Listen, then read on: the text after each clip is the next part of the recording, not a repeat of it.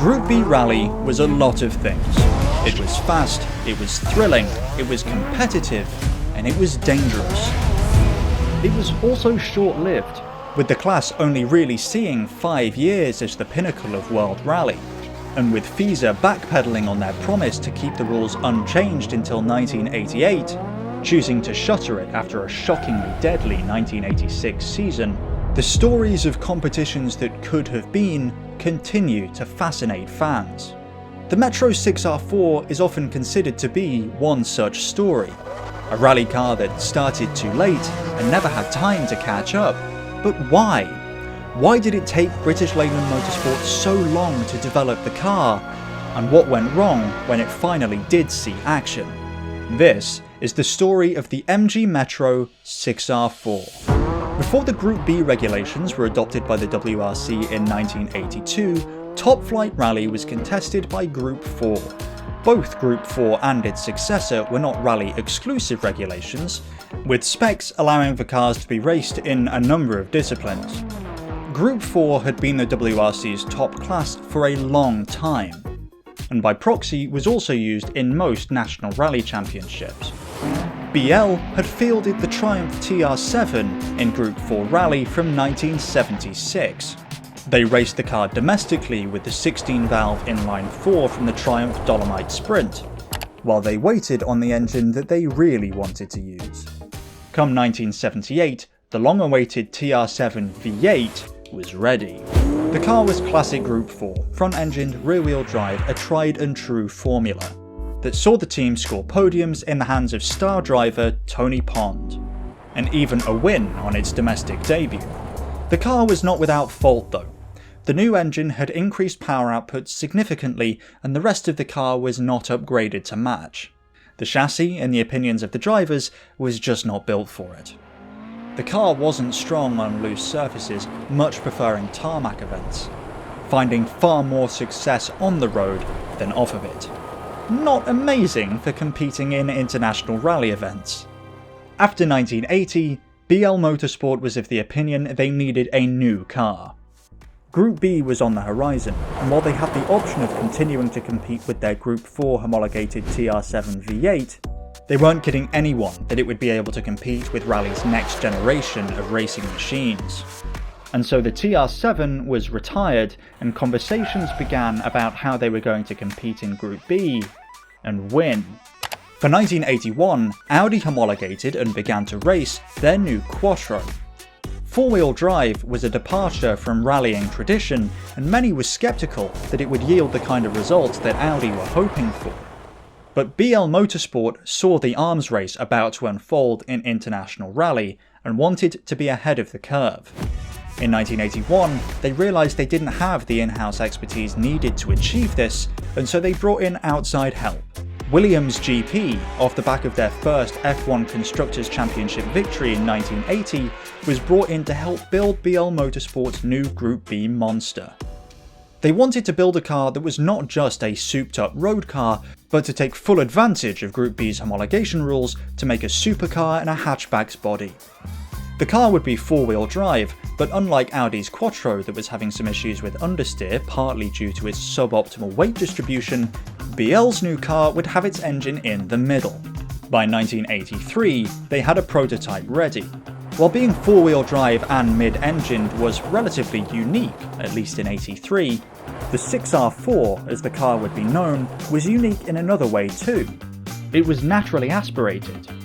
The car used a V6 derived from Rover's V8. The levels of botchery involved in this are hard to pin down exactly, but according to 6r4.net, the original 3.5-litre V8 was too bulky, and so they, quote, cut out 2 cylinders and literally welded it back together. Well, it worked well enough. The car made 250 brake horsepower, enough to shake down the rest of the car before they settled on a homologation spec. Based on the Austin Metro, or at least designed to look like an Austin Metro, the 6R4, meaning V6, Rally, 4-wheel drive, fell under the purview of the new Austin Rover. As such, the team would now run as Austin Rover Motorsport, and the 6R4 would be badged as an MG, their sportiest mark. Before being able to compete in Group B in the WRC, the car needed to be homologated, and for the car to be homologated, they would need to build 200 road-going versions. That's a big commitment, and Austin Rover wanted to be sure that the car was perfect before they committed to a spec, because making changes to the car after homologating it would be significantly more difficult. So they entered their prototype car into a number of domestic rally events in 1984 to iron out the creases before committing to homologation.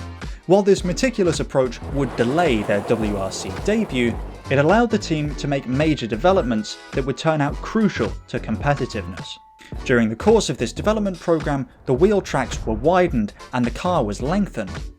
And the car's iconic and almost manic aero surfaces were added and fine-tuned for maximum downforce. BL Motorsport had suffered the woes of low downforce with their TR7. Group B was much faster, and they were keen not to suffer the same problem again. By early 1985, the 6R4 had won its first domestic rally event, and did so with its prototype 12-valve bodged 6-cylinder. By mid-1985, the real engine was ready. Designed from the ground up for the sole purpose of powering the 6R4, Austin Rover's new 3-litre 24-valve V6 was ready for action. Capable of pushing over 400 brake horsepower in its highest tune, the 6R4 was now potentially a real WRC threat. They got the car homologated, including building the 200 road-legal cars. Kind of. Unlike other manufacturers who had done short production runs of their homologation specials, even the ones of which there were less than 200 built thanks to the evolution loophole, Austin Rover chose to skirt around getting the car traditionally certified. Instead, they sold them as kit cars, which required a minor amount of self-assembly. This skirted them around certain regulations that would have delayed further their WRC debut.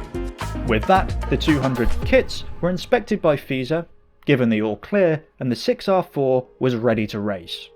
With the benefits of four-wheel drive, mid-engined weight distribution, and no turbo lag thanks to the use of a naturally aspirated engine, hopes were high, and on its WRC debut in the final round of the 1985 season, the car established itself as a potential contender, with Tony Pond coming third overall for Austin Rover, being beaten by the two brand new Lancia Delta S4s that were also debuting at the event. Maybe they had a real shot going into 1986, but they'd have to prove their worth against Audi, Peugeot and Lancia. While the mid-engined four-wheel drive concept hadn't yet been done when development of the 6R4 started, by the time it made its debut in late 1985, Peugeot and Lancia had developed their own versions of the concept. The question was who had done it best. Peugeot's championship victory in 1985 with the 205 T16 had proven that the formula worked. But with the Lancia Delta S4's victory on debut, it became clear that the competition was not going to be so cut and dry. Would the plucky MG be able to hold its own? Round 1 of the 1986 season was not a continuation of Austin Rover's brief success. Both factory-entered cars failed to finish, with Tony Pond suffering an accident, and the second car in the hands of Malcolm Wilson succumbing to transmission failure. 5 or 6 kilometres into the stage and we tried to select 4th gear and there was nothing there. With Lancia, Peugeot and Audi coming 1st, 2nd and 3rd, it would prove to be an uphill battle for Austin Rover. Round 2 and the pain continued, as they suffered 2 engine failures, taking out both cars. A 6R4 did finish the event in the hands of a privateer in 16th place. This was neither a spectacular result, nor was it helpful to the Austin Rover World Rally Team's championship ambitions. Round 3 was the Portuguese Rally, and host to one of the sport's worst tragedies. A Ford RS200 lost control while going around a tight left-hand bend, apparently while trying to avoid a group of spectators in the road. The car careened into the crowd, killing 3 and injuring dozens more. Now, I've spoken about this accident a couple of times before, but before we move on, I want to make something really clear. Some people are quick to blame the driver, a local Portuguese driver named Joaquim Santos. This is wrong. Others blame the spectators. This is also wrong. So who's to blame? Well, primarily blame lies with event organisers. The event should not have been allowed to take place with so many people packed so closely to such a dangerous part of the circuit. This should have been obvious and was a problem not limited to this event. It was bound to happen at some point. Organisers did not have control of the crowd or where they were or were not placed. They should not have allowed the event to take place without having adequate control of the crowd. Even if local organisers were willing to place spectators in danger, the sport's governing body should have stepped in to force changes or to prevent the event from happening until the problems were fixed. Instead, nothing was done. Tragedy ensued, and in result, all of the factory drivers pulled out of the event. Upon hearing this news, FISA apparently threatened the drivers who had withdrawn, saying that they were making the sport look bad. A laughably callous view in light of the events that had taken place. Motorsport is dangerous. It always has been and it always will be. But the risk taken by both participants and spectators does not justify negligence on behalf of event organisers and governing bodies. To be frank for a moment, I think it's shameful the amount of victim blaming that still goes on in discourse around this particular accident. Safety isn't the enemy of entertaining racing. Motorsport's dangerous, but it's not a blood sport. A person who proclaims that a sport is ruined when it gets too safe isn't really a fan of the sport. Tangent over. After Austin Rover's drivers had withdrawn from the race in Portugal, sights were set on round 5. The team chose not to contest round 4 in Kenya after having decided that they were only going to compete in the European rounds of the WRC in 1986. I'm not certain of the reason why they decided to do this, but I imagine it probably had something to do with cost. Round 5 was the Tour de Corse, hosted on the island of Corsica, where driver Henry Toivonen and co-driver Sergio Cresto were killed after their Delta S4 left the track and plummeted into a ravine before catching fire. I've covered this accident in more detail in my video about the Delta S4. This accident proved to be the tragic final straw, as FISA announced shortly afterwards that there would be a development freeze on Group B cars for the remainder of 1986, and that due to safety and cost concerns, 1986 would be the final year of Group B's running in the WRC. The event was seen through to the end, though no 6R4s managed to make it there. All 3 of Austin Rover's entered cars suffered some kind of mechanical failure, one losing an oil pump, another suffering a fire, and finally Tony Pond's car had a broken camshaft. The Acropolis, New Zealand and Argentina rallies were not contested by Austin Rover, though it is worth mentioning that a privateer entered 6R4 in New Zealand did manage to come 23rd overall. Round 9, the Rally of 1,000 Lakes in Finland, was the next event that Austin Rover would contest. Again, they fielded 3 cars, all 3 of which managed to finish this event. Per Eklund finished best of the 3 in 7th place overall, with Harry Toivonen in 8th and Malcolm Wilson coming in 10th. While this sounds like it was way down the order, it is worth mentioning that the top 6 spots were filled by Delta S4s and Peugeot 205 T16s exclusively. The 6R4 skipped the Ivory Coast Rally before competing again in the San Remo Rally in Italy. Despite 2 of their cars retiring, the best performing 6R4 of Malcolm Wilson and Nigel Harris came a momentous 4th place overall, though it sadly wouldn't last. Part of the reason for their great finish was Peugeot's exclusion from the event due to allegedly illegal side skirts. This left Lancia to take the top 3 spots and Austin Rover to pick up their 4th place. Peugeot successfully appealed their exclusion from the event after confronting FISA, and the results of the 1986 San Remo Rally were annulled after the end of the season due to Peugeot's unfair exclusion. An unfortunate outcome for Austin Rover, who had scored their best finish of the season at the event. The next round was the RAC Rally in the UK. For this event, Austin Rover fielded 7 cars, and 5 more 6R4s were entered privately. With numbers like that, you'd expect at least one of them to finish, even in spite of the spotty reliability record, and of course, they did. That said, 2 of Austin Rover's entries did retire, alongside every single privately entered 6R4, all succumbing to some kind of mechanical failure. Austin Rover's 5 remaining cars finished 6th, 7th, 8th, 9th and 17th, with Tony Pond claiming the best of those finishes with co-driver Rob Arthur. With the European stages of the 1986 WRC over, so too was the MG Metro 6R4's time in international rally. The car had proven occasionally quick, but woefully unreliable, suffering a deeply unfortunate and almost staggering 13 mechanical failures through its season, including both factory and privately entered vehicles. For context, that's 13 of 31 total entries, excluding 4 retirements due to accidents. With the WRC no longer an option, Austin Rover needed a way of convincing people to buy their remaining 6R4s, and without a competition to enter them in, this would be difficult. Originally, there had been a clubman spec of the 6R4, basically just a 6R4 that was detuned to 250 brake horsepower to compete in national clubman events. Yours for the low price of £40,000, around £140,000 in today's money. They hadn't sold a lot of their 200 6R4s by 1986.